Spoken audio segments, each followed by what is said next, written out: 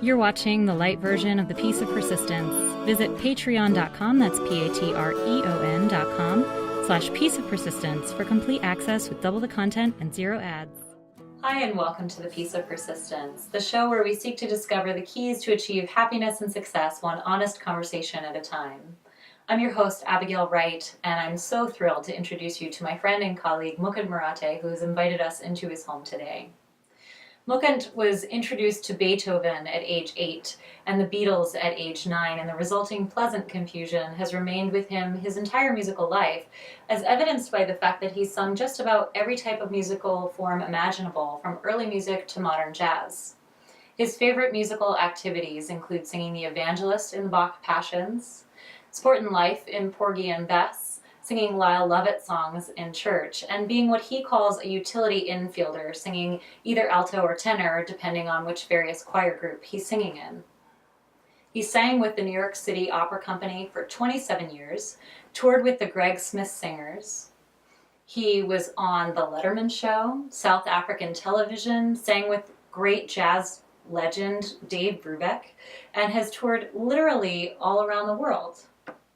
His favorite activities outside of singing include reading science fiction, practicing his calligraphy, dancing, making his garden grow, recently becoming a 2-time champion on the show Jeopardy, and explaining to his 2 sons why people say such awful things about tenors. He says his wife, mezzo-soprano Mary Marathe, already knows. Mukund, thank you so much for being on the show today. It's a pleasure. I'm so excited to just be able to have a conversation with you. And I've always wondered specifically about your upbringing. You're such an amazing guy. You're such an amazing person, well-rounded, and always so happy. And I've always wondered about your family. What was your upbringing like? In a very real way, I'm a typical American guy because my parents were both immigrants. They came from India, and I grew up in Astoria, Queens, in a neighborhood that was about as multi-ethnic as you can imagine. My parents ran a business together.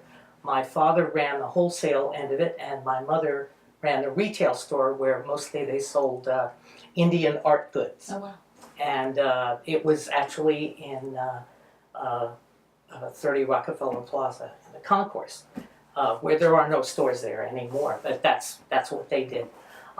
So I grew up with Indian culture and American culture because my parents, although very, very proud of their Indian heritage, they wanted us to be Americans. So we did the things that Americans did. And when I was growing up, there weren't that many Indians living in New York City, not like there are now. So it was kind of an interesting experience. And I had a pretty happy childhood. My mother was very musical. My father was not, but he loved music. And they gave me that love of music, definitely. And when I was a little kid, they always used to say, half-jokingly, that they always figured I'd either be a singer or a stand-up comedian.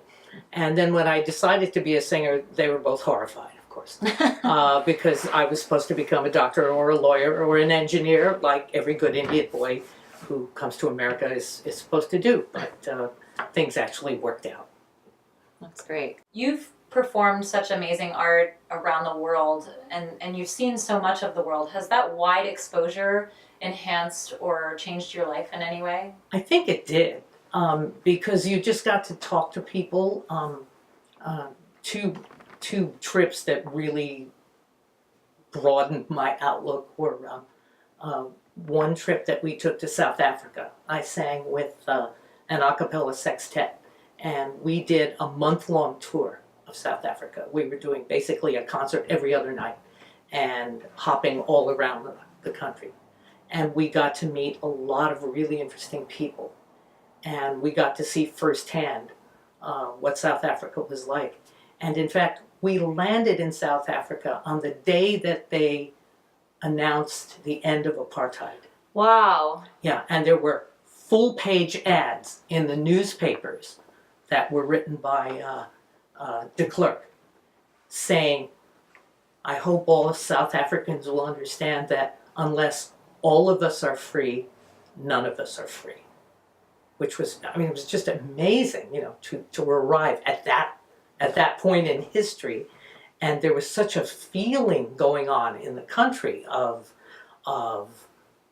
hope and some fear for what the future would bring, and a lot of optimism about what was going to happen, and it was just really, really a fun time.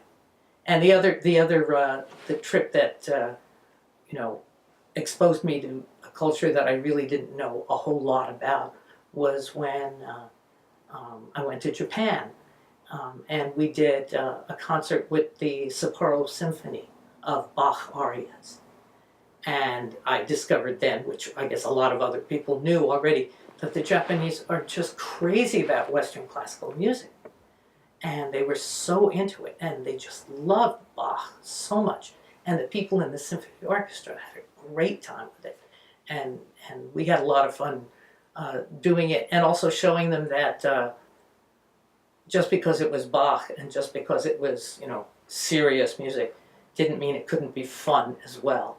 And they enjoyed that a lot, because we found that, you know, Japanese culture can be very restricted some ways. There are ways you're supposed to act, there are ways you're supposed to do things, but they're also very fun-loving people. So I really had a really great time just getting to know the people who were there. So maybe you won't be a DJ, but we put dancing in your bio, and I've had the immense pleasure of dancing with you and Mary several times. Have you always enjoyed dancing as your favorite form of exercise, and do you do any other forms of exercise to stay healthy?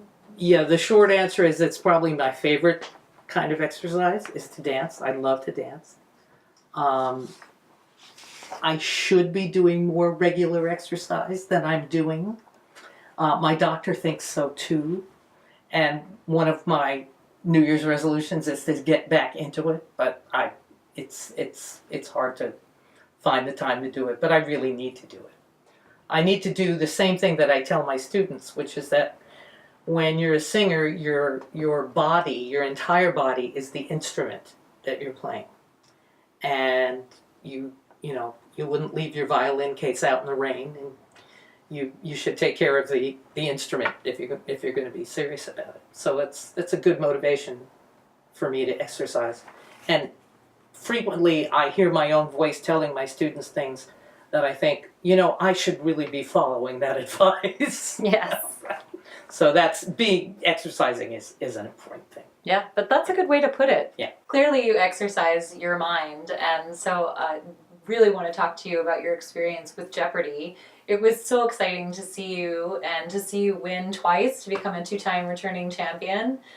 What was that like? Did you enjoy the audition process, and have you always wanted to be on the show? I have watched Jeopardy since I was a little kid, when it was, I think, live in New York City. Really? With Art Fleming, who was the host. And it was on at lunchtime, and I used to come home from lunch and watch Jeopardy while I was having my lunch, and then go back to school.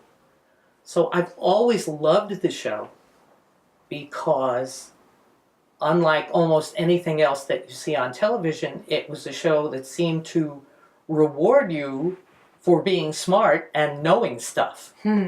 Whereas a lot of things in our popular culture go just the opposite, you know. Truly. And it's, when I was a kid and watching Jeopardy, the words nerd and geek were not yet really in the language. But I think I loved it from the beginning, because it was they were these nerdy and geeky people who, they were making money for knowing stuff. I mean, I thought that was great. So yeah, I've always wanted to be on the show. And I think if you ask most of the Jeopardy contestants, how come you're on the show? It's because they're the guy in their house who's sitting on the couch watching the show and calling out all the answers. And then somebody else, in my case, my kids, were saying, Dad, you need to go on Jeopardy. You know all this stuff. You need to do this. So I took the online test, and that's how they do the auditions now. You take a test online. Really? Yeah. And if you pass that, then they invite you to do a live audition. Oh. And so I had taken the test several times and never heard back from them. And then I took this test, and I took the test and then didn't think anything more about it until one day I got an email saying, we're going to have auditions in New York City. We'd like you to come. And so, of course, it was on a day I couldn't possibly do it. I had a rehearsal, couldn't be changed. Oh, no. I wrote them back and said, I can't do this. Could we do it maybe the next time around? And they said, well, how about 2 days before? And I had the whole day off, so it was fine. So I went into New York. They had it at a hotel in Manhattan. And when you're there, you take another test, of course, another written test, and then you play a mock game where you get up and you answer questions and you get to play with the buzzer and see how the signaling device works. And then they do a little interview on camera, which is sort of like what the host, Alex Trebek, will do during the show. And obviously they want people who have interesting stories and... which you clearly do. Which I had plenty of, yeah. And then they say, okay, you're in the contestant pool for 18 months now. You may hear from us, you may not. And a couple of months later, they called me and said, we'd like you to be on the show. And they gave me the date, and I worked it out. And the rest is history. I mean, you were a 2-time champion. What was it like? It was an incredibly fun experience because the people who run the show, the producers and the contestant coordinators, are all really nice people, and they really do everything they can do to put you at ease at what you might imagine could be a very tense situation, because there's money at stake, you know. Sure. And everybody wants to get the categories with all the things that they know, but it's all luck. You don't know what's going to happen. They keep reminding you that it's supposed to be fun. That's good. And it is fun. And when the game is actually happening, it's very fast, because the show is half an hour long, which means there's about actually 22 minutes of answering questions and giving responses. And so it goes by really, really fast. I also really got to enjoy hanging out with my fellow contestants. Nice. Because you're in a room full of another dozen people who are just as nerdy and geeky as you are. And I remember we had lunch, because they take 3 shows and then we had lunch, and then they did 2 more. And I remember I was sitting, we were talking about getting nervous before the show and that sort of thing. And I looked around and I said, how many people here have been waking up in the middle of the night thinking, I don't know anything? And they all raised their hands. Wow. We all had the same. So it was, we bonded. It was really, really fun to realize that you're in a room full of people who are all the guy or the girl who sits on the couch and calls out all the answers. Yeah.